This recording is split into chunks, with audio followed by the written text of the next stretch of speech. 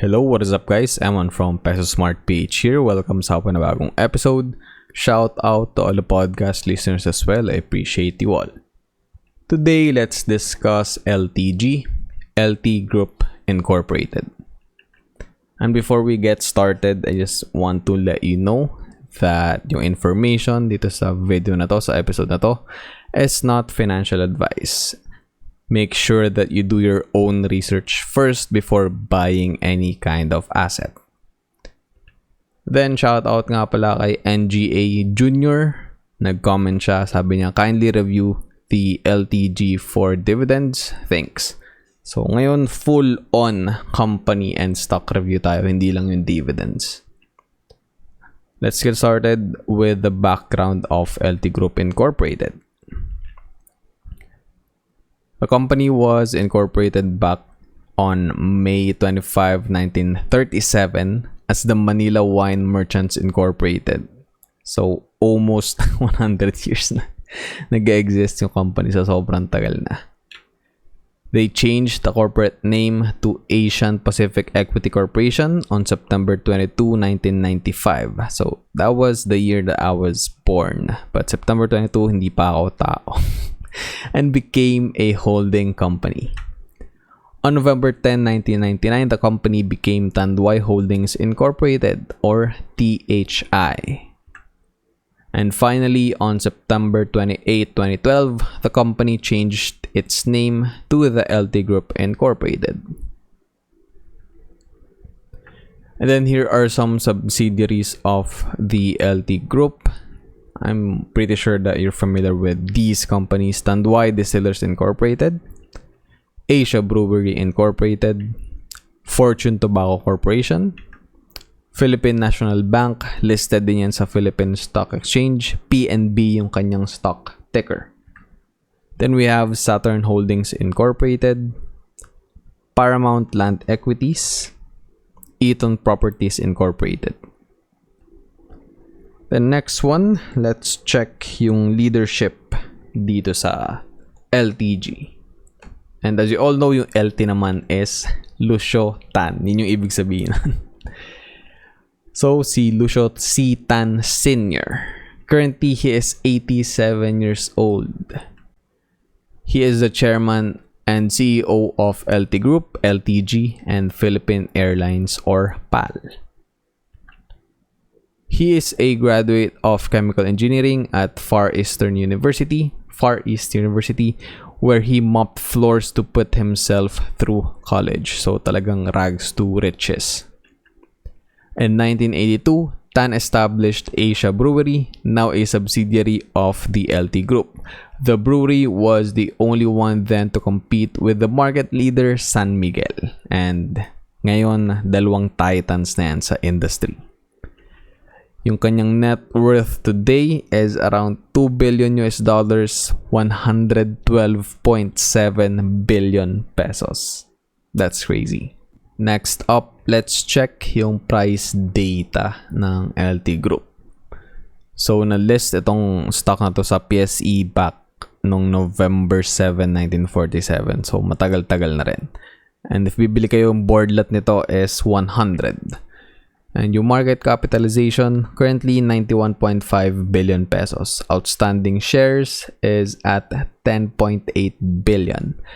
Last traded price was 8.43 pesos per share. That was yesterday. Yung 52-week low is at 8 pesos and yung 52-week high is at 11.50 pesos. Now let's check yung price activity niya over the years. So, nag-local top tayo dito last year, Feb 2021, at around 15.50. And if you bought nung nag-dip nung 2020, nung nag-start yung COVID, and then nakapagbenta ka dito, around 147% yung kinita mo. And until now, no, kahit nag-hodl ka lang ngayon. So, kita ka pa rin ng 39% from the lows nung 2020. And then, nagkaroon ulit ng local top here. So, gano'n na ba kalaki yung binagsak niya from the local top? Currently down ng 66%. Sa top dito, 40%. But, yung nag-gain mo if you were DCAing from here up until there Sabihin natin dito yung average. Yan. Malaki din, 62%. Actually, medyo kulang yung data dito. So, pupunta tayo sa BPI trade later. So, meron ulit local top noong 2013. So, lipat na tayo sa BPI trade. Here we are. So, nag-local top nga ulit noong 2013. And ang laki nung increase ng stock prices niya after nung crisis, global crisis ng 2008, 2009. So, 2007. So, dito siya nag-bottom at around 1.45 pesos per share. Then, after just a few years in 2013, nag-top siya at around 28.40. And that was the highest na all time. So, dito, 25.30 lang. And then yung local top dito was 15.50 lang. And then, nanggaling yan to around cents lang nung 90s, no? So, kita nyo dito, grabe yung volume ng 1994 for April, for the whole month. So, yung lowest was 70 centavos pala. Then, highest was 77 centavos. Then, nag-top dito, local top, noong 1996 at 4.45. So, kita nyo, diba? Kung matagal na kayong investor ng stock na to, like, kung centavos nyo lang to nabili nung 90s, diba? After 20 plus years, kahit na 8.43 pa rin, ang laki pa rin ng kinita niya, di ba? So, price range.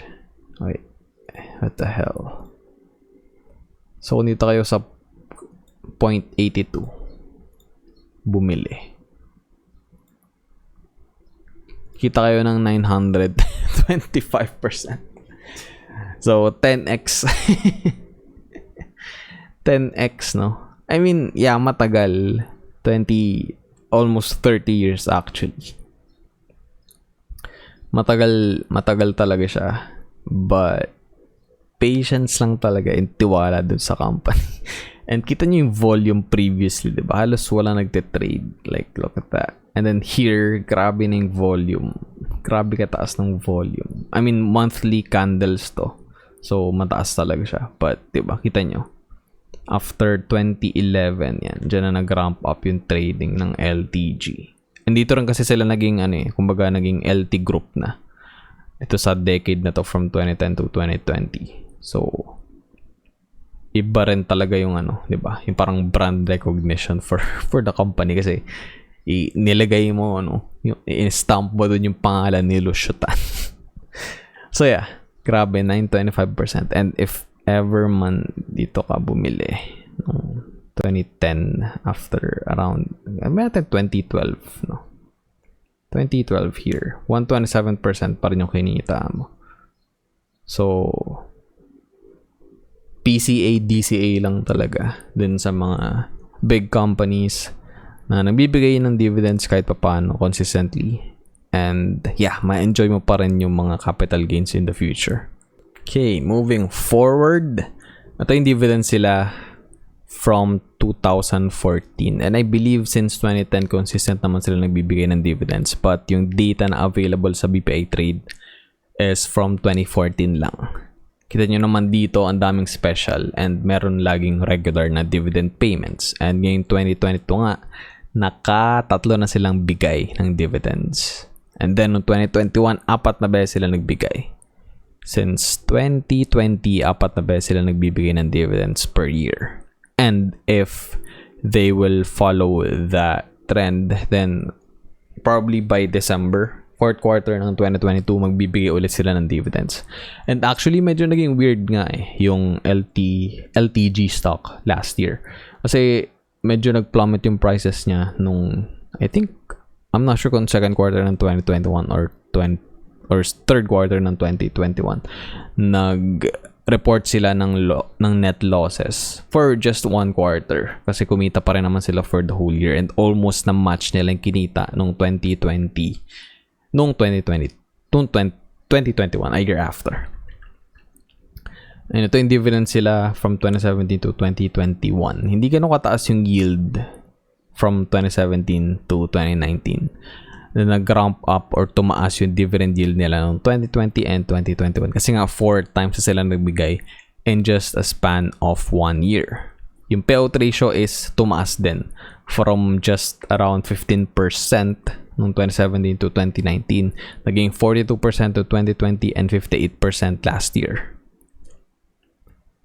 Yung dividend yield for this year so far, so nakatatlo na silang payments this year. Pagka kinompute mo against the current price na 8.43, around 7.12% yan. Then yung 5-year average dividend yield niya is 5.58%. So solid din, no? 5-year average dividend payout ratio is at 29.05%. Kasi nga, noong 2017, 2018, and 2019, hindi ganun kataas yung kanilang payout ratio. Tumaas lang talaga noong 2020 and last year. Then, yung price to earnings ratio nila. So, dito naman yung guide natin is dapat less than 15. So, noong 2017 nga, 18 sila. Then, bumaba na after that kasi medyo naging, I think, undervalued yung stocks ng LTG. Then, price to book, yung rule dyan is around 1 and below. Then, yung PEG ratio is 1 and below. Then, I believe, let's check out yung next. So, yun. Price to book pala is dapat 3 below. So, kung pagkatingnan natin ito yung price to book, lagi namang mas mababa sa 3. And then, yung PEG ratio, dapat 1 and below. Pero dapat hindi siya negative kasi. Ito kasi yung growth eh. So, hindi masyado nag-grow yung kanilang earnings. EPS nila for 2021, 1.87 pesos per share. Yung PE ratio nito, again, 15 and below, 4.51 lang. I think this is for, yeah, yung data dito sa next na image is for the first quarter ng 2022. Kaya naiba siya dito sa PE ratio ng 2021 which was 5.30. Kasi mas mababa na yung prices currently. And yeah, PEG ratio nga is negative 1.52. I mean, that's still okay-ish. And then yung price to book value is 0.56. Net income margin, so yung guide dito, 20% is high, 10% is average, and then 5% is low. So nasa 30% yung kanyang net income margin currently, which is very good and very high.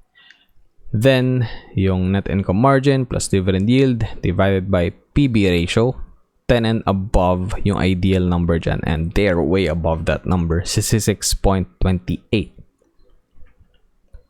Then, total assets nila, 1.2 trillion pesos. Again guys, trillion yan.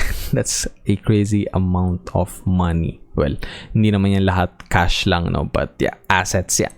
Total debt nila is around 66.7 billion pesos. So total equity is around 266 billion pesos. Total liabilities is at 991 billion pesos. Again, crazy amount of money and number. Debt to asset ratio nila, ideally 40% below. So 5.31% lang. Kasi konti lang naman yung total debt nila in comparison to their total assets. Debt to equity ratio, 1 or below dapat yan. Tama pala. Inisip ko kasi sa debt kino-compute but hindi nga pala. I-divide mo nga pala yung total liability sa total equity. So tama yung 3.73 na number. So dapat yan ideally 1 or below. So this doesn't hit the mark. Next up, ito yung kanilang financial statement for the year of 2021. Yung tingnan natin dito is retained earnings or deficit. So, may retained earnings naman sila. Kumbaga yan yung ipon ng company currently. So, around 134.9 billion pesos ang kanilang retained earnings. And then yung gross revenue nila for last year was around 91.1 billion pesos. Bumaba ng konti from 2020, 94.4 billion yun. Then income nila before taxes, 27.2 billion pesos. Mas malaki yung income nila before taxes kasi bumaba yung gross expenses nila noong 2021. Although after taxes, bumaba yung kanilang net income, naging 20.8 billion pesos na lang in comparison noong 2020 na around 22.3 billion pesos. And then, ito yung kanilang income history from 2017 to 2021. So, from 2017 to 2021, na-double na nila yung kanilang income. Actually, yung 2020 pa, na-double na nila yung income from 2017 na around 10 billion pesos lang. Again, that is good growth doon sa company. And then, ito, balance sheet accounts. So, ito yung mga borrowings nila. So, ito yung mga utang nila. Kasi noong 2017, wala pa sila masyadong utang. Diba? Kita nyo naman yung total borrowings sila. Around 3.14 billion pesos lang. And then, nag-ramp up na yung kanilang mga debt. And that's why nagkaroon din ng mas mataas na activity dun sa company. And holdings company kasi itong LTG. So marami silang hinahawakan ng mga ibang companies. So iba't iba yung mga operations ng companies na yon. Kita niyo 'di ba yung kanilang total liabilities ng 2021. 1 trillion. Damn. And then ito yung kanilang income and yung change, percentage change from the year before. So from 2016 nasa 8 billion pesos, then naging 10 billion nga, 10.8 billion pesos noong 2017. Yung change niyan is 35.38%. Then from 2017 to 2018, naging 16.4 billion, 51.52% yung increase. And from 2018 to 2019, 23 billion pesos, 40% yung change. Next up, from 2019 to 2020, naging 20.9 billion pesos. So, nabawasan ng konti, 8.99%. And for 2021, 20.861 billion pesos, negative 0.42%. Yung average growth rate nila is around 42.39%. And currently, yung net income nila for the first quarter of 2022 is around 7.8 billion pesos. And again, yan pa lang din yung year to date kasi wala pang data for the second quarter of 2022. Alright, that's gonna be it for this episode, guys. Silipin natin yung mga sources before we end.